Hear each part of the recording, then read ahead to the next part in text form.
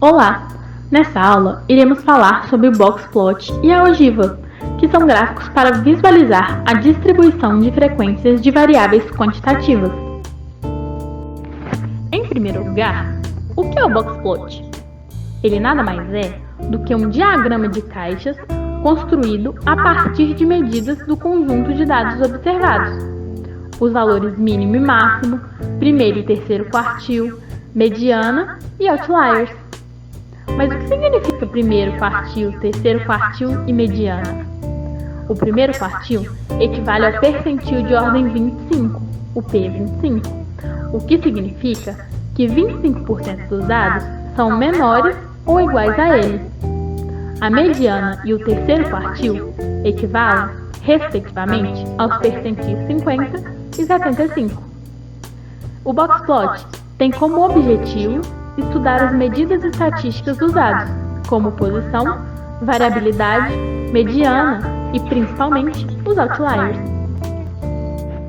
No boxplot, a parte central do gráfico contém os valores que estão entre o primeiro e o terceiro quartil, ou seja, metade dos valores estão representados dentro da caixa. A linha mais escura no centro representa o nosso percentil 50, ou segundo quartil. Ou seja, metade dos valores são menores ou iguais a ele, e a outra metade maiores. Ou seja, essa é a nossa mediana. As hastes se estendem do terceiro quartil e do primeiro quartil até os limites superior e inferior, respectivamente. Veremos mais à frente como são calculados.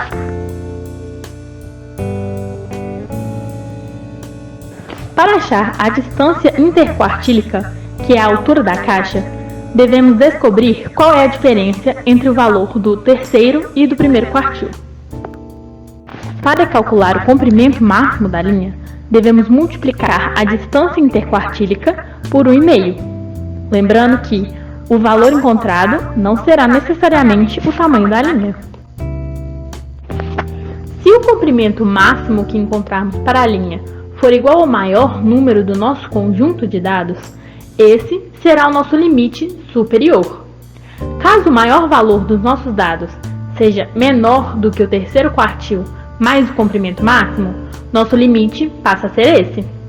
Por último, se existirem valores maiores do que o terceiro quartil mais o comprimento máximo da linha, eles serão representados como bolinhas ou asteriscos.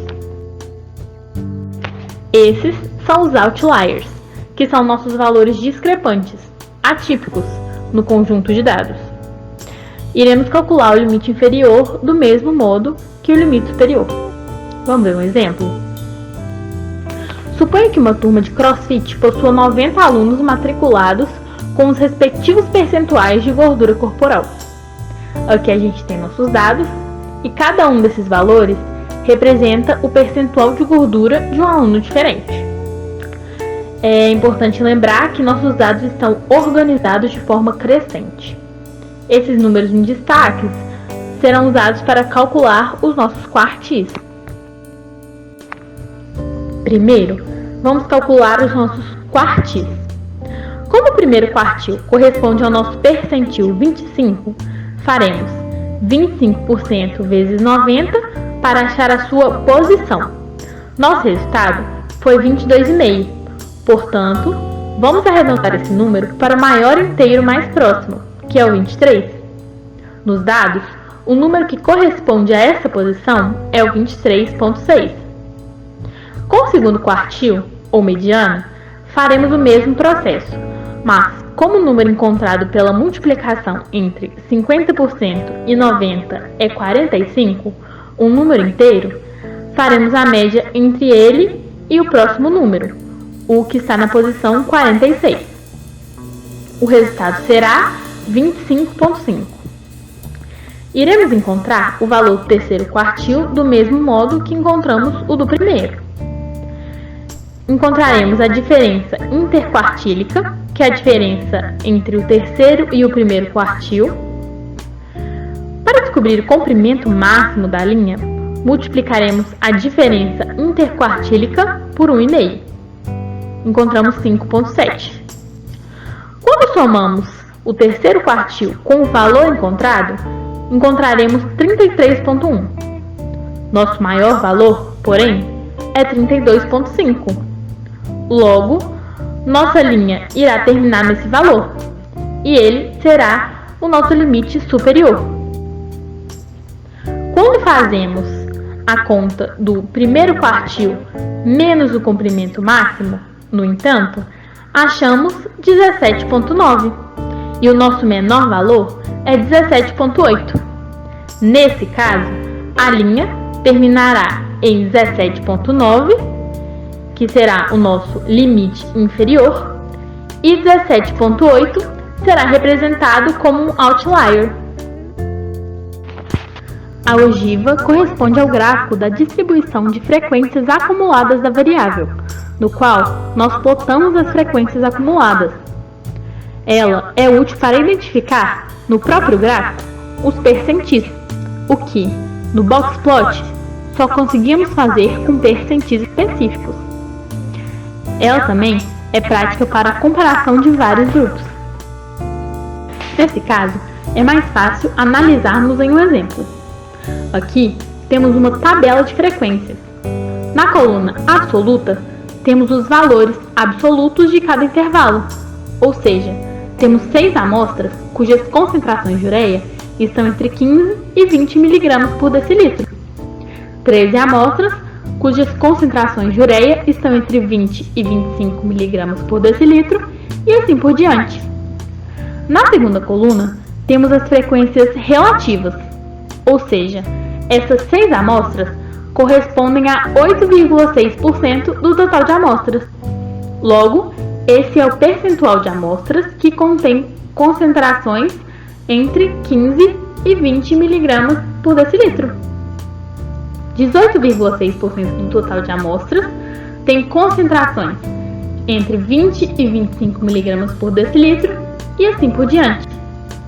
Na terceira coluna, que é a que utilizaremos no nosso gráfico, temos as frequências acumuladas.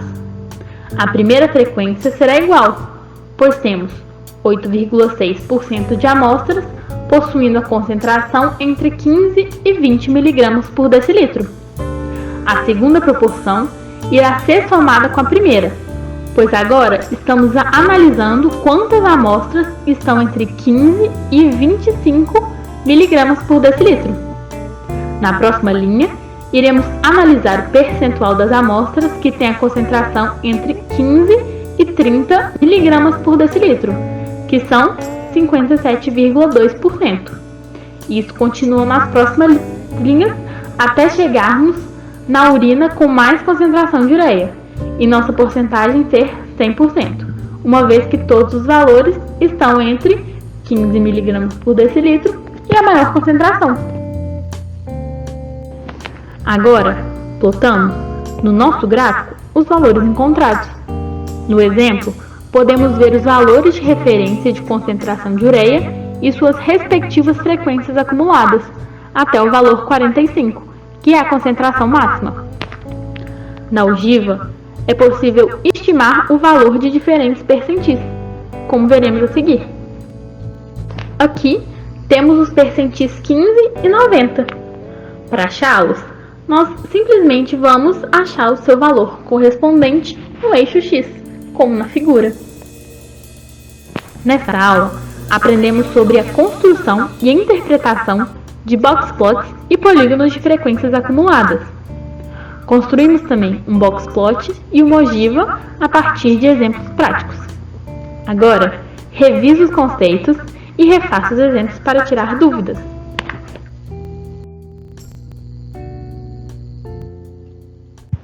Gostaram da aula? Deixem nos comentários e para mais informações, acessem o nosso site da Monitoria de Estatística da UFMG.